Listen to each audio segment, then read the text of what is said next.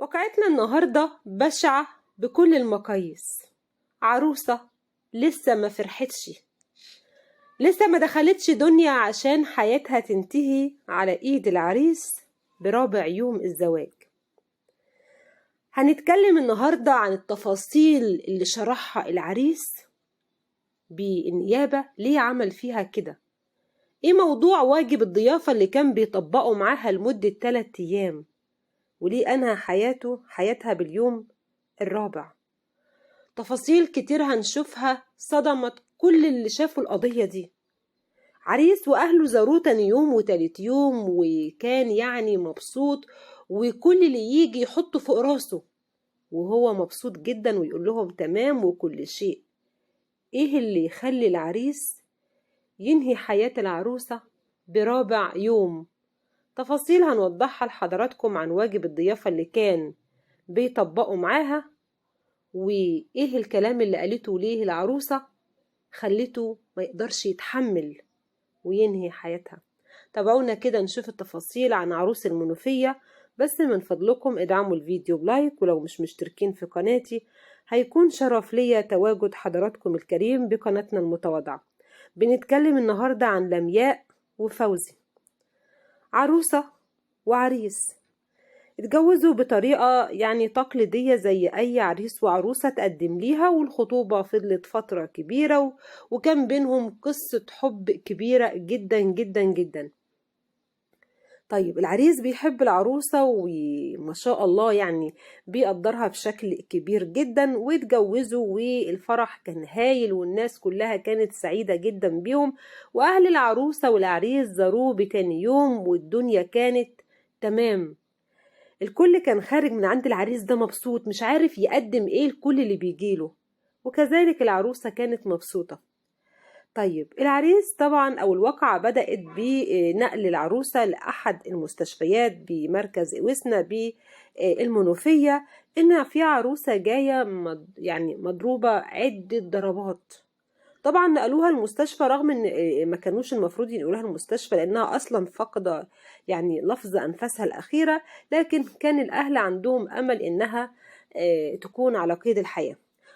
على الفور من وصول العروسة للمستشفى تم بلاغ للشرطة، وجات الشرطة شافت البنت لقتها يعني منتهية تماما. راحت طبعا لمكان الواقعة، أخذت البيانات والتحريات وراحت لمكان الواقعة، مكان محل العريس أو مسقط رأس العريس أو شقة الزوجية، للوقوف على ملابسات القضية ويشوفوا إيه التفاصيل. طبعا الأهل قالوا له إن إحنا فوجئنا إن رايحين نزورها أو نخبط على العروسة، لقينا للأسف العريس طالع بره وماشي وقال خشوا، وراح هو خارج ودخلنا لقينا العروسة للأسف يعني مضروبة عدة ضربات، زي ما بيقولوا غرقانة بدمها.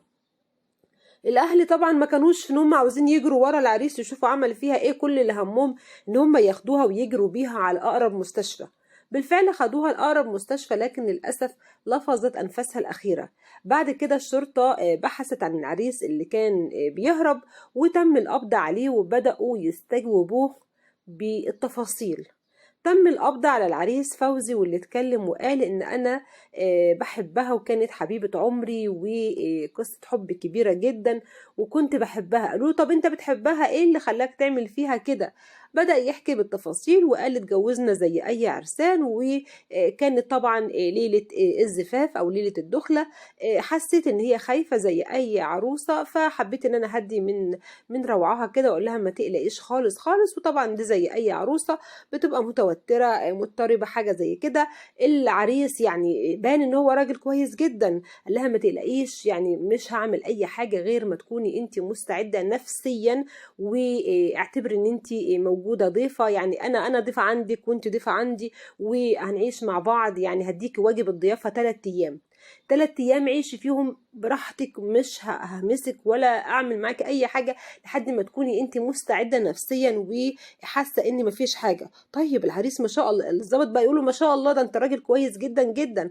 طيب وبدأ يقول له اهلي جوهم تاني يوم مفيش اي كلمة، عاملين ايه كويسين زي الفل وحلوين وبقية الناس يعني مرحب بيهم جدا جدا. طيب ده انت عريس جميل جدا اهو خلاص يعني لقيت العروسة مضطربة قلت لها اهدي ومفيش حاجة كويسة، برضو الناس جم عندك ما قلتش حاجة لأهلك ولا قلت حاجة لأهلها والدنيا تمام وزي الفل، طب عملت فيها كده ليه؟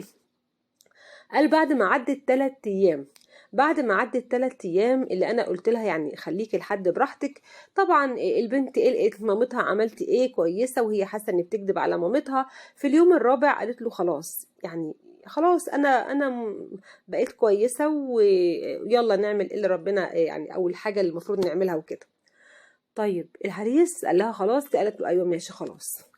ف يعني الموضوع بدأ بقى ان هي يقوموا بالمهام الزوجية، وبدأت العريس هم بيها وهمت بيه وعشان يمارسوا العلاقة، لكن للأسف أثناء قيام الزوج بالعلاقة يعني ما قدرش ان هو يقوم بمهامه على أكمل وجه ولقى نفسه يعني غير قادر.